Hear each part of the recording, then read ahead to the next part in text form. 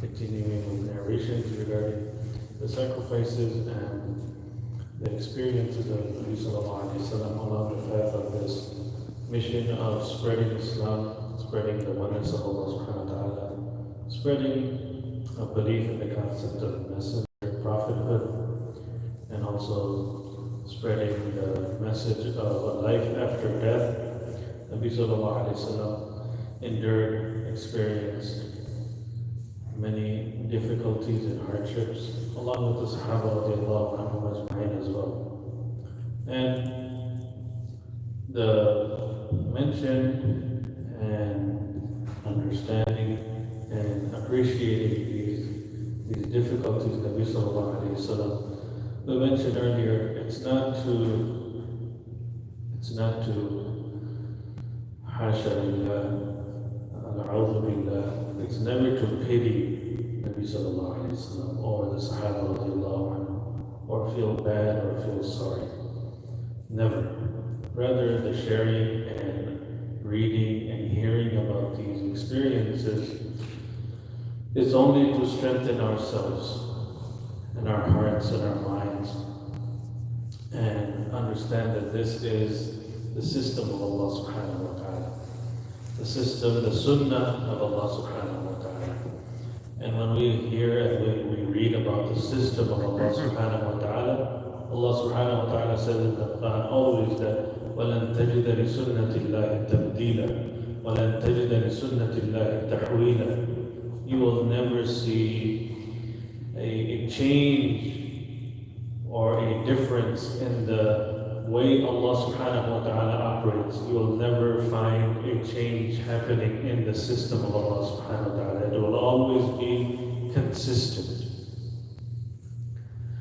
So when Nabi sallallahu alayhi wa sallam was experiencing these difficulties in real time, and the Sahaba radiallahu anhum, they were also experiencing difficulties, challenges, threats upon their lives, verbal abuses, and the list goes on.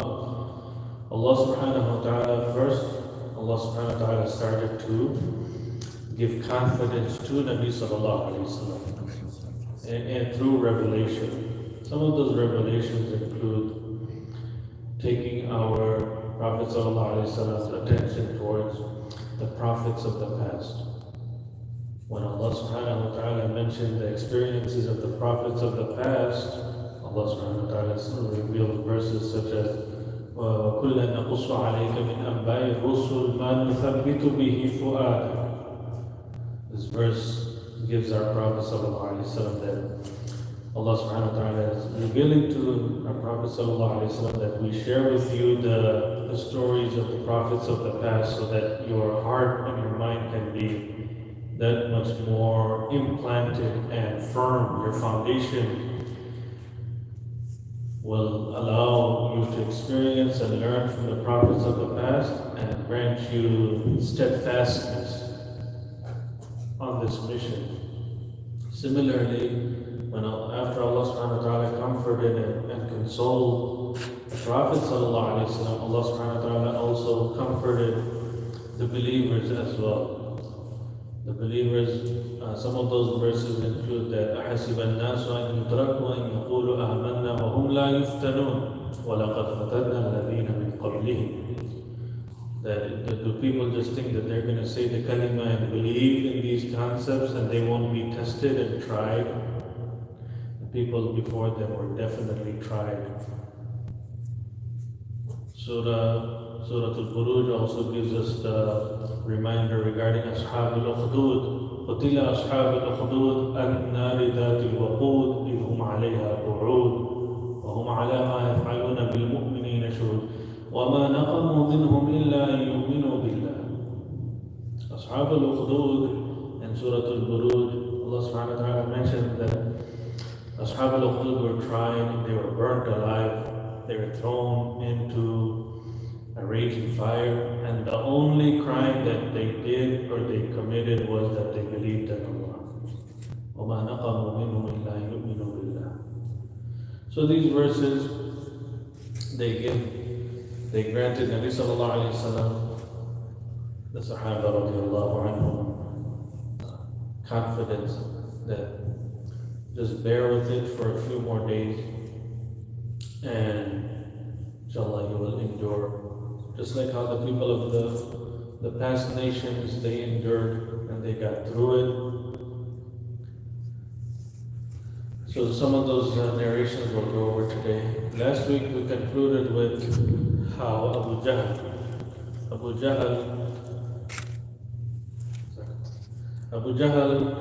he was finally fed up and he said that he wanted to go and strangle Nabi sallallahu alayhi wasallam, or rather crush the skull of Nabi sallallahu alayhi wasallam once and for all, eliminating Nabi sallallahu alayhi wasallam. This was Abu Jahl's evil plan.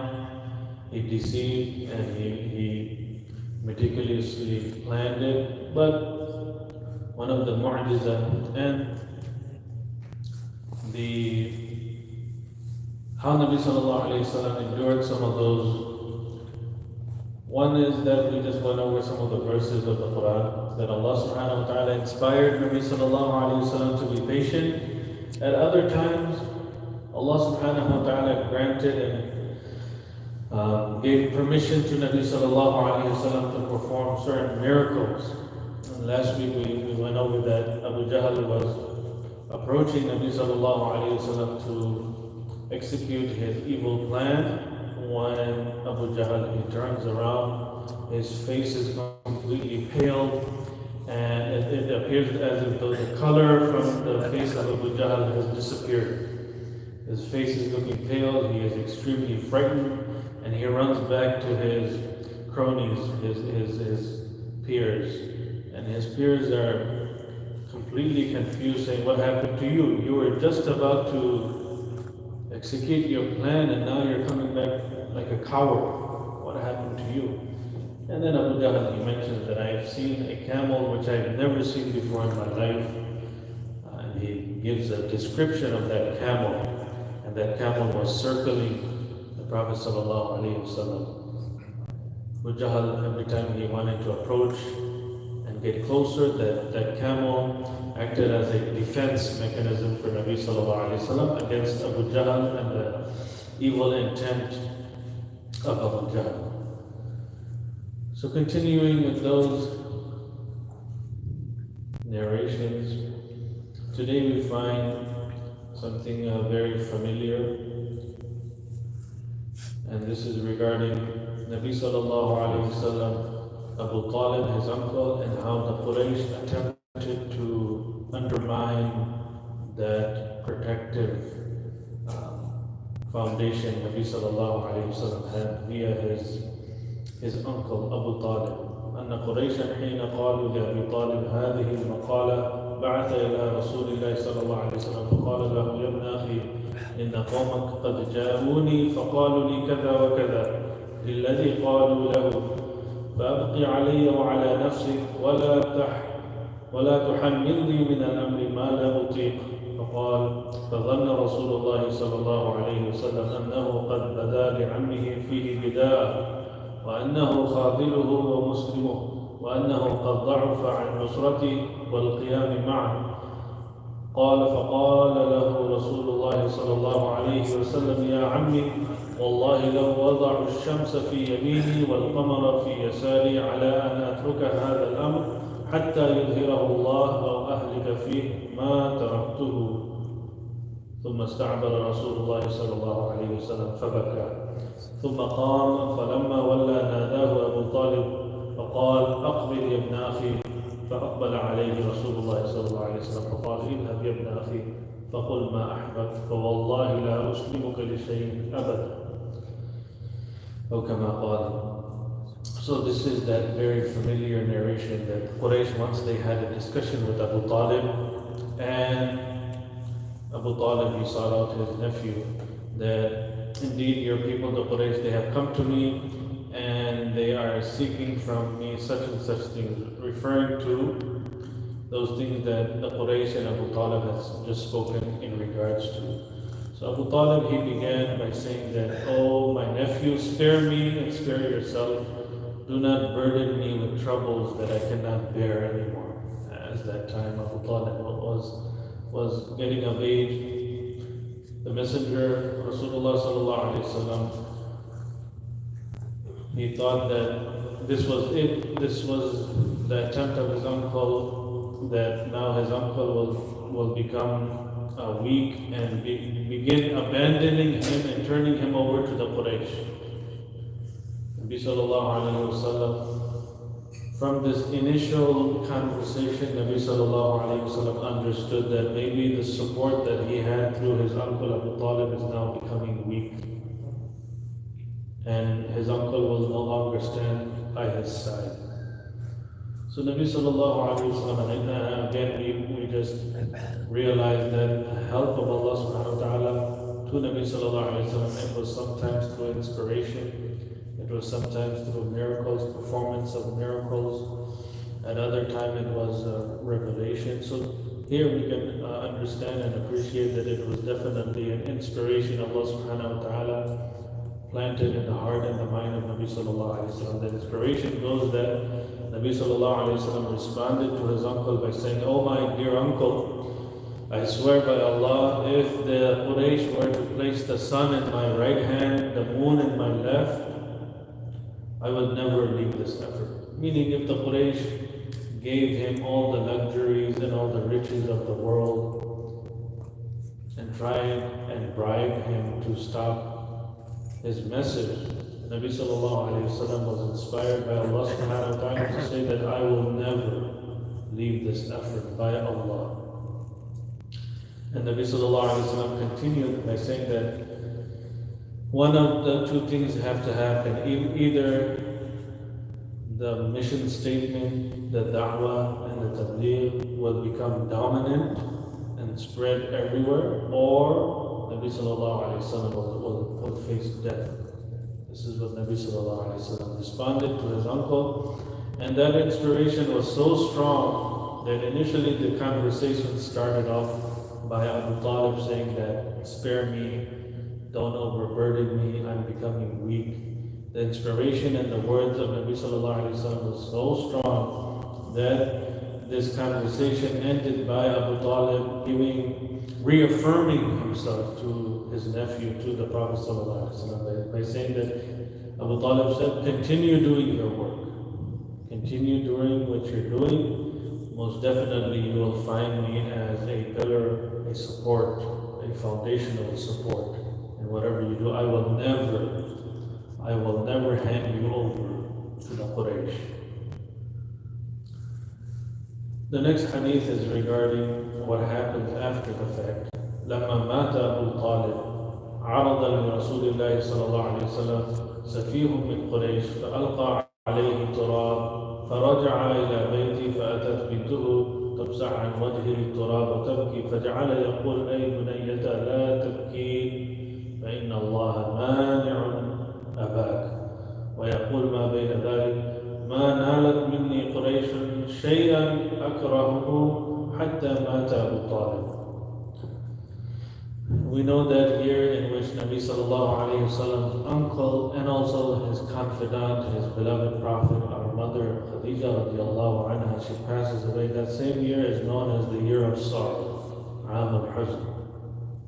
And after the uncle of Nabi sallallahu alayhi wa sallam, Abu Talib, passes away, now even through this narration we can find that Quraysh became more hostile. They became more sort of confident that they can increase their approaches against Nabi sallallahu alaihi wasallam. And here in this narration we find that Nabi sallallahu alaihi wasallam is also confirming that as long as his uncle was alive and was a strong ally, the Quraysh never really attempted that next level of approaches on Nabi sallallahu alaihi wasallam. And after Abu Talib passed away, the Quraysh became more fierce in their attempts against Nabi sallallahu alaihi wasallam. Now they are throwing dirt at the face of Nabi sallallahu alaihi wasallam. Nabi sallallahu alaihi wasallam is being completely draped in dirt and dust. And upon seeing this, one of the daughters of Nabi sallallahu alaihi wasallam begins to cry. And of course, which daughter would not cry when they see that their father is being tormented and ridiculed in this manner? And Nabi sallallahu alayhi wa sallam comforts his daughter by saying this very fact that the Quraysh, they never had any courage to approach me as long as my uncle Abu Talib was alive. After Abu Talib passed away, now they became a little more cocky, a little more confident in their approaches. The next one is narrated by Urwa bin Zubayr. سألت عبد الله بن عامر عن أشد ما صنع المشركون برسول الله صلى الله عليه وسلم قال رأيت عقبة بن أبي معيط جاء إلى النبي صلى الله عليه وسلم وهو يصلي فوضع رداءه في عنقه فخنقه به خنقا شديدا فجاء أبو بكر حتى دفعه عنه فقال أتقتلون رجلا أن يقول ربي الله وقد جاءكم بالبينات من ربكم. This is that hadith in which this enemy known as Uqba bin Abi Mu'ayt. Uqba bin Abi Mu'ayt, this was one of the most difficult attempts on the life of Nabi sallallahu alaihi wasallam. This is way beyond verbal abuse and throwing things onto Nabi sallallahu alaihi wasallam and throwing the innards of a camel on the head of Nabi sallallahu alaihi wasallam while Nabi sallallahu alaihi wasallam is sajda. This is Uqba bin Abi Mu'ayt, an enemy of Allah who takes the shawl, his own shawl, or rather the shawl of Nabi sallallahu alaihi wasallam, and now he is literally choking Nabi sallallahu alaihi wasallam to death. He is choking Nabi sallallahu alaihi wasallam. So much force is being applied to the choke that other narrations they mentioned that there were marks, there were scars, indentations on the neck of Nabi sallallahu alaihi wasallam from this choke that Uqba bin Abi Mu'ayt he performed and he got away with until Abu Bakr radiallahu anhu came and stopped this enemy, Uqba bin Abi Mu'ayt. And Abu Bakr radiallahu anhu, he took on a similar episode that's found in previous nation and in the nation of Musa alayhi salam. Musa alayhi salam, he had a believer, a follower within his nation who stood up defending Musa alayhi salam against Fir'aun and Fir'aun's cronies. And the verses and what was responded by Abu Bakr and that ally of Musa alayhi salam, exact wording down to in the Quran you will find when we read about Musa alayhi salam and Musa alayhi salam's qawm, you will find the same response. That believer is responding in favor of Musa alayhi salam. The same response is being given by Abu Bakr radiallahu anhu against Uqba bin Abi Mu'ayt, while Uqba bin Abi Mu'ayt is choking Nabi sallallahu alayhi wasallam to death.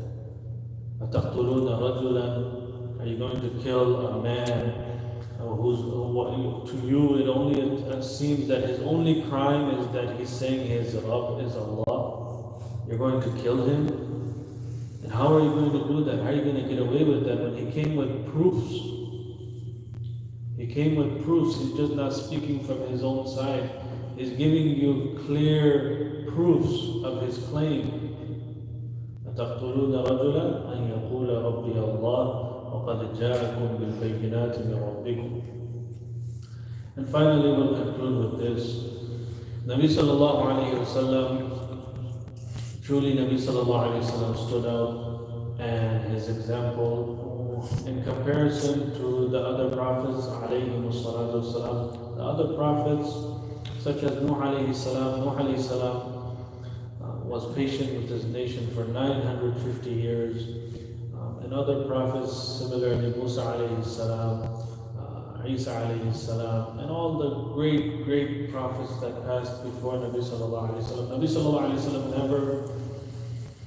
never ever made a dua, a prayer against his tormentors. Never ever did. For example, in the surah of Nuh alayhi salam, he's fed up. He's saying, Rabbi la tadhar, or rather, don't leave any of them behind. Don't let any of them survive. Because if you let any of them survive, then their future progeny will do the same crimes, same disbelief, same type of shit, if you allow them to survive. And Nabi Sallallahu Alaihi Wasallam, here in this narration, we'll find that there was this one episode. The narrator is mentioning that ما رأيت رسول الله صلى الله عليه وسلم دعا على قريش غير يوم واحد فإنه كان يصلي ورهط من قريش جلوس وصلاة جزور قريب منه فقالوا من يأخذ هذا الصلاة فيلقيه على ظهره فقال عقبة بن أبي معيط أنا فأخذه فألقاه على ظهره فلم يزل ساجدا حتى جاءت فاطمة رضي الله عنها وصلوات الله عليها فأخذته عن ظهره فقال رسول الله صلى الله عليه وسلم اللهم عليك الملأ من قريش اللهم عليك بعتبة بن ربيعة اللهم عليك بشيبة بن ربيعة اللهم عليك بأبي جهل بن هشام اللهم عليك بعقبة بن أبي معيط اللهم عليك بأبي بن خلف أو قال أبي بن خلف قال عبد الله فلقد رأيتهم قتلوا يوم بدر جميعا. This is that one narration in which Nabi Sallallahu Alaihi Wasallam he made dua, he made a prayer against the enemies of Quraysh, and this dua, the dua is, Oh Allah, do away with the council of Quraysh. Oh Allah, do away with Utbah bin Rabi'ah, do away with Shaybat ibn Rabi'ah, do away with Abu Jahl ibn Hisham. Oh Allah, do away with Uqba bin Abi Mu'ayt and eliminate Ubay ibn Khalaf and Umayyah ibn Khalaf. So this is that narration in which Nabi Sallallahu Alaihi Wasallam makes a dua against these enemies, arch nemesis of Islam, of Allah, of Nabi Sallallahu Alaihi Wasallam, of the believers. So, in conclusion, we wanted to very briefly go over and reaffirm what we've just heard. The system of Allah Subhanahu wa Ta'ala is consistent. At times, we need to go back to these sacred texts and reaffirm ourselves and really appreciate that the entire ummah, that very famous hadith which says that the entire ummah is like one body. And if any part of the body is being afflicted and harmed or injured or tormented, then the entire body feels it and experiences it. If my eye is hurting, of course my entire body will feel that pain. If I have a headache, my entire body feels that I need to go lay down. It's just not that we become independent, like we tell our eyes, you're on your own, or your head, you're on your own. Similarly, the ummah, we cannot just simply say that the brothers and sisters in different parts of the world who are believers and they're suffering, we can't simply just rest assured and say, you know what, maybe that's just a China problem, or it's just an Iraqi problem, or an Afghani problem, or an Indian or a Pakistani problem, but rather we have to affirm to ourselves that this is our brothers and sisters in faith, they are struggling, and we really need to the least that we can do is feel it in our hearts and minds and make dua for them. And of course, the first thing that we can do is go into action, call to action, and use our hands and our mouths. Allah subhanahu wa ta'ala has given us in speaking out against these aggressions. That's the first and foremost we can do. But if we are not in a position to use our hands and mouths, then the least that we can do is feel it in our hearts, that our prayers and our du'as are with our brothers and sisters throughout the world. And we just heard right now, these trials and tribulations, they allow for our iman to be strengthened. If we can come out at the end of that tunnel of test and tribulation, if we can survive the test and tribulations, the fitan that comes, the people who survive it, their iman only becomes stronger. And we see it right now, the Uyghurs, May Allah subhanahu wa ta'ala have mercy on them. When they come out from some of those re-education camps, they're stronger than even before they went in. And what happens when the Chinese government, they find out that these guys have not changed, or they didn't, this re-education didn't even have any effect on them, they take them back into the re-education camps. You find and we're not even reporting on these top media sites. BBC came out with like 200 faces of these re-education camp prisoners, as young as 12 years old and as old as 80 years old, and everyone in between, male, female, elderly. Everyone is in there, and everyone is going through the test that Allah subhanahu wa ta'ala is putting them through. We can only sit here and give thanks to Allah subhanahu wa ta'ala that we are not experiencing anything close to that. At most, we're probably experiencing some heckling when we go out in public, especially our women folk. Our women folk are the display of Islam in the Western countries when they go out in their hijab. As men, we rarely come out in Islamic garb, but most definitely our women, our mothers, our sisters, our wife, the female side of our ummah, they are that walking billboard. They are the walking billboard of Islam in America, in the West. And at most they'll experience heckling. So we make dua that Allah subhanahu wa ta'ala keep them protected once they leave the home, that they return back home safely. Right now it's much easier than years past. We know in the years past when it was closer to 9/11, the heckling was a bit more aggressive, but Allah subhanahu wa ta'ala has made it lighter in recent days. And again, that may be through some of the du'as that believers made throughout the years, that, oh Allah, keep the kuffar busy with themselves, take the attention away from us. And we can see in recent times that Allah subhanahu wa ta'ala, somebody's dua was accepted. And Allah subhanahu wa ta'ala has allowed for the kuffar to be engaged and busy with their own selves. And that focus has been temporarily removed from us. So we see these events and we take notice, we take note, we take lesson, and then we just reaffirm ourselves in our faith until the day that we leave this world and we meet our Creator subhanahu wa ta'ala. We make dua that when we depart from this world and we meet our Creator subhanahu wa ta'ala, we meet Allah in a state and in a position that He subhanahu wa ta'ala is pleased with us.